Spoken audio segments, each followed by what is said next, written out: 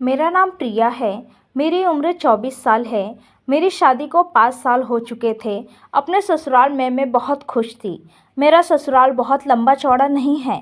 मेरे ससुराल में सिर्फ मेरे ससुर जी और मेरे पति हैं। मेरी सास का निधन मेरे शादी के 6 महीने पहले ही हो चुका था। मेरे पति मेरी सास के इकलौते बेटे थे, इसीलिए मेरी सास ने जाने के बाद घर एकदम सुना सुना हो गया था। क्योंकि मेरे पति और मेरे ससुर के काम पर जाने के बाद घर एकदम खाली हो जाता था। जब काम पर से दोनों लौटते थे तो घर तो उनको काटने को दौड़ता था। इसीलिए मेरे ससुर ने अपने बेटे विनय की शादी करने के बारे में सोचा। एक दिन मेरे चाचा ने इस रिश्ते के बारे में बताया।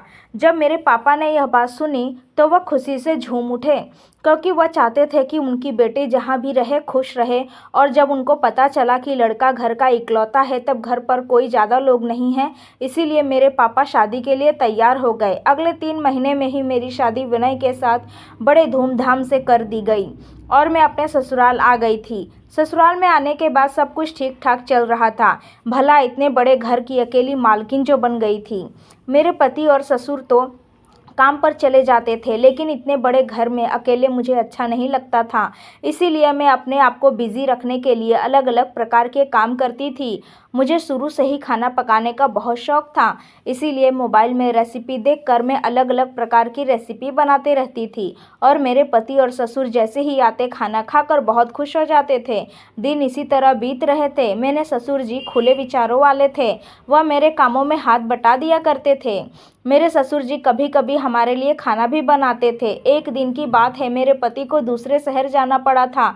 तब ससुर जी घर पर ही थे। ससुर जी ने मुझसे कहा कि बहू, आज खाना तुम नहीं बनाओगी, आज खाना मैं ही बनाऊंगा, तुम आराम करो। फिर मैं ससुर से काम कैसे करवा सकती थी। मैंने ससुर जी को मना किया कि ससुर जी मैं कर लूँगी। तब ससुर जी ने कहा, बेटा तुम तो रोज़ खाना बनाती हो, आज काम पर नहीं गया, आज घर पर हूँ तो आज खाना मैं ही बना देता हूँ। फिर उस दिन ससुर जी ने खाना बनाया और ससुर जी ने मुझे खाना परोसा भी था। मेरे ससुर जी के खाने में बहुत स्वाद था।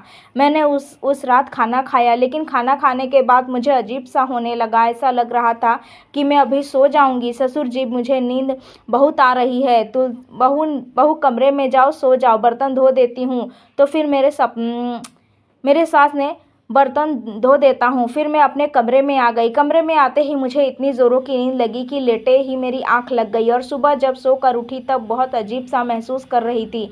मेरे कपड़े पूरे गंदे थे। मेरे कपड़ों पर इतनी मिट्टी लगी होती थी, ऊपर से मेरे कपड़े बास भी मार रहे थे। मैंने सोचा, रात को तो मैं अच्छे से ही सोई थी, सुबह ये सब क्या हो गया। फिर यह बात मैंने किसी को नहीं बताई और सुबह उठते ही सबसे पहले नहा ली, अपने कपड़े भी धो लिए। फिर दूसरे दिन भी ससुर जी ने खाना बना देता हूँ। मैंने ससुर जी से कहा, ससुर जी आपको काम पर नहीं जाना। तो क्या ससुर जी ने कहा कि मेरा बेटा कमाने तो गया है, जब तक वह घर पर नहीं आ जाता तब तक घर पर मैं ही रहूँगा। फिर ससुर जी मुझे फिर से खाना नहीं बनाने दिए। वो बोले कि बहू, बाकी का सब काम तुम कर लो, लेकिन खाना मैं ही बनाऊँगा। ससुर जी रात का खाना बनाने के लिए बोलते थे कि मैं ही बनाऊँगा, सुबह मैं ही बनाती थी। सुबह मेरे ससुर जी नहीं कहते थे कि मैं बनाऊँगा, नहीं तो, लेकिन रात का खाना जैसे ही मैं बनाना चाहती थी मुझे रोक देते, बोलते कि रात का खाना सिर्फ मैं बनाऊंगा, तुम आराम करो बहू। फिर जैसे ही रात हुई ससुर जी ने खाना बनाया, मैं खाना खाई और खाना खाने के बाद मुझे नींद आने लगी।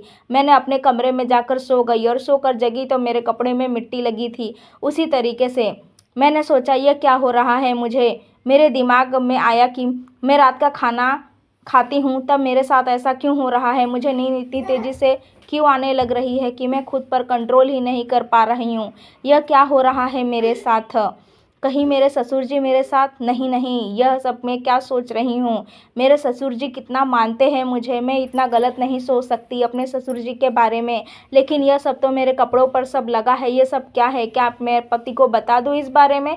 फिर दोपहर तक मेरे पति भी आ गए। पति के आने के बाद मेरे पति मुझसे पूछने लगे, तुम किन ख्यालों में खोई हुई हो। मैंने अपने पति को यह बात बताई। तब मेरे पति गुस्सा होकर खड़े हो गए और बोले कि यह कैसे आरोप लगा रही हो मेरे पिताजी पर। तुम तो जानती हो मेरे पिताजी तुम्हारी कितनी तारीफ करते हैं और तुम उनके बारे में यह सब सोच रही हो।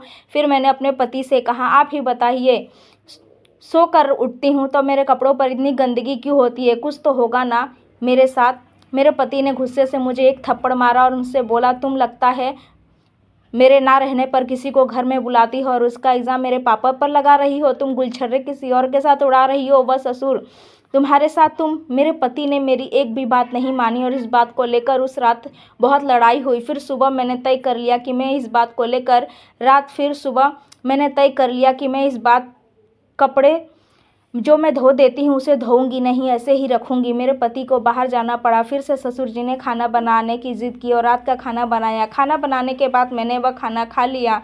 फिर से सो गई। सुबह जब उठी तो कपड़े फिर से गंदे थे। इस बार मैंने कपड़ा धोया नहीं, फटाक से कपड़े को वॉशरूम में एक जगह छुपा दी ताकि सबूत के तौर पर मैं वह कपड़ा दिखा दूँ और ऐसे ही जाकर नहा ली। फिर मैंने सोच लिया कपड़ा अपने पति को दिखा कर ही रहूँगी। जब मैं नया कपड़ा अपने पति को दिखाया तो मेरे पति आग बबूला हो गए, मुझे 2 थप्पड़ मार दिए और बोले कि निकल जाओ मेरे घर से। मैंने कहा कि कैसे आदमी हैं, आपकी पत्नी पर भरोसा नहीं करते। मैं अपने मायके इतना बोलकर मैंने फटाक से अपना सामान पैक किया और अपने मायके आ गई। मायके में आने के बाद मेरे मम्मी पापा बहुत खुश हो गए, लेकिन मैंने अपने मम्मी को यह नहीं बताया कि मैं मायके क्यों आई हूँ। मायके में रहते रहते 1 महीना गुजर गए।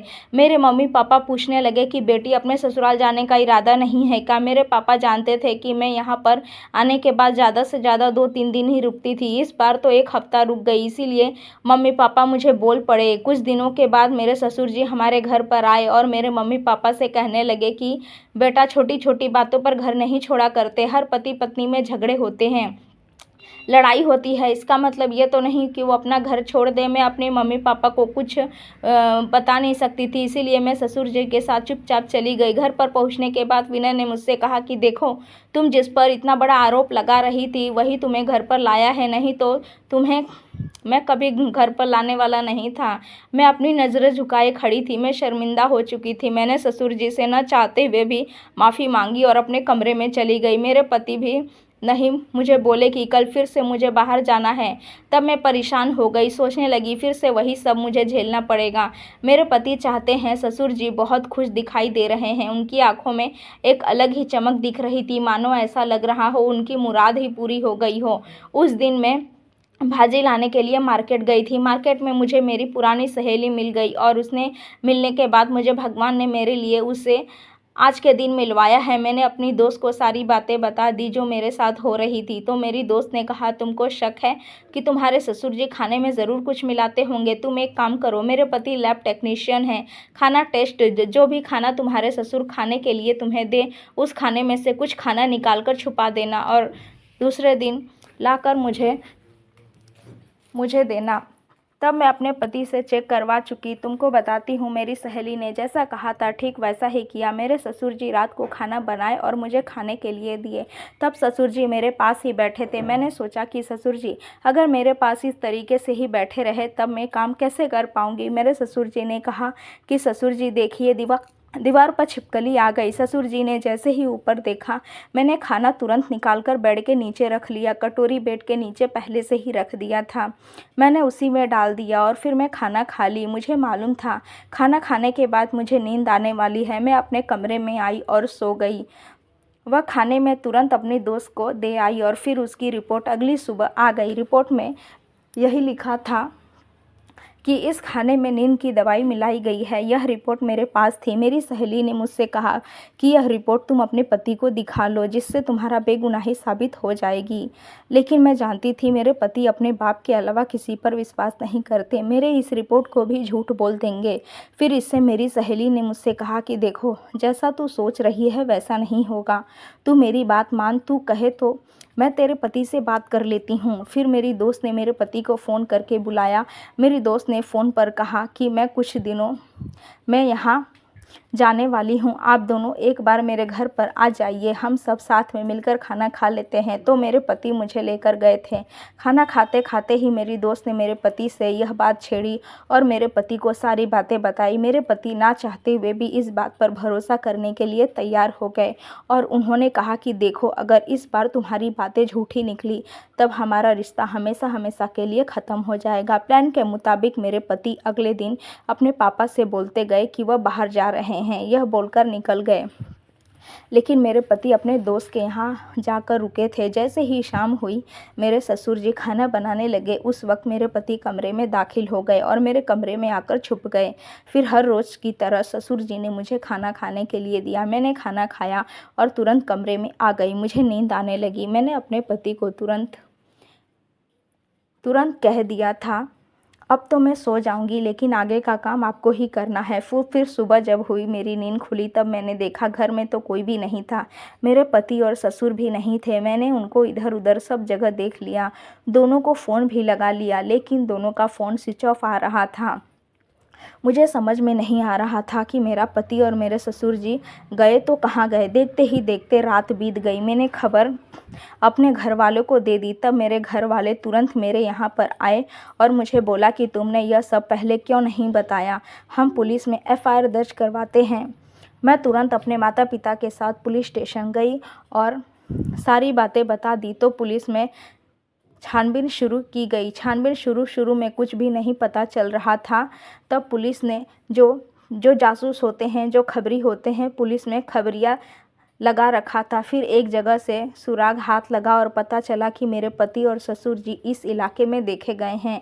तब पुलिस ने तुरंत वहां पर गए और मेरे पति और ससुर को बहुत बुरे तरीके से जख्मी थे। पुलिस ने उन दोनों से जब पूछताछ की तब बोले कि हम दोनों इधर कैसे पहुँचे, तुम तो अपनी पत्नी के कमरे में थे। फिर मेरे पति ने बोलना शुरू किया और बोले कि हमने एक प्लान बनाया था, पापा की असलियत का पता लगा पाए। लेकिन जैसे ही मेरी पत्नी सोई, मैं पर्दे के पीछे छिपा हुआ था। फिर मैंने देखा थोड़ी ही देर में दरवाज़ा खुला और मेरे पिताजी अंदर दाखिल हुए। धीरे धीरे मेरे पत्नी के करीब आ रहे थे। उनको करीब आता देखकर मैं पर्दे से बाहर निकल गया और ज़ोर से चिल्लाया। इतने में किसी ने मुझे पीछे से सुई चुभोई, जिसके कारण मैं बेहोश हो गया। मुझे कुछ भी याद नहीं था। फिर मैं अपने ससुर जी से कहा, आगे की कहानी आप ही बताइए। फिर मैंने ससुर जी ने कहा, बहू तुम मेरे बारे में बहुत गलत समझ रही हो। तुम जानती हो मैं तुम्हारे खाने में नींद की दवाई मिलाता था। तुम जानती हो एक बाबा से मैं मिला था। तुम्हारी कोई 5 साल बाद एक भी औलाद नहीं थी। इसीलिए मेरे दोस्त ने एक बाबा के बारे में बताया था। जब मैं उस बाबा से मिला तब उस बाबा ने मुझे बताया कि तुमको यह सब प्रक्रिया करनी पड़ेगी। फिर जैसा बाबा बोलता था वह सब प्रक्रिया मैं तुम्हारे साथ करता था। मैं तुमको यह सब इसीलिए नहीं बताया था कि तुम पढ़ी लिखी लड़की हो, यह सब चीज़ों पर विश्वास नहीं करोगी। इसीलिए जब मैं देखा कि मेरा बेटा घर पर नहीं है तो रात होने पे तुम्हारे खाने में नींद की दवाई मिला देता था और जिससे तुम सो जाती थी। तुम्हारे सो जाने के बाद मैं कभी मुर्गा तुम्हारे ऊपर घुमा देता, तो कभी धागा, तो कभी सुपारी। जैसे जैसे बाबा मुझे बोलता था तुम्हारे बेहोश होने के बाद तुम्हारे हाथों से ही घुमा देता था और बाबा को जाकर देता था, जिससे तुम्हारी गोद भर जाती। लेकिन वह बाबा कोई अलग ही खतरनाक काम करने वाला था, जिसकी खबर मुझे भी नहीं थी। बहू, वह बाबा मेरे साथ धोखा किया। वह बाबा तुम्हें वश में करना चाहता था, इसीलिए उसने मेरा सहारा लिया और मुझे धोखा दिया। उस रात कमरे में तुम्हारे पति के अलावा वह बाबा भी था, जिसके तुम्हारे पति को पीछे से सुई चुभोई थी, जिसके कारण तुम्हारा पति बेहोश हो गया था। उसके बाद उसने मुझे भी बेहोशी का इंजेक्शन लगाया और हम दोनों को साथ में एक अपने अड्डे पर लेकर गया। अड्डे पर ले जाने के बाद वह और भी कुछ ज़्यादा भयानक करने वाला था। इतने में हम दोनों को जैसे ही होश आया हम वहाँ से भाग निकले। फिर पुलिस ने हमें पकड़ लिया। फिर पुलिस को यह सब चीज़ मालूम पड़ी। तब पुलिस वाले ने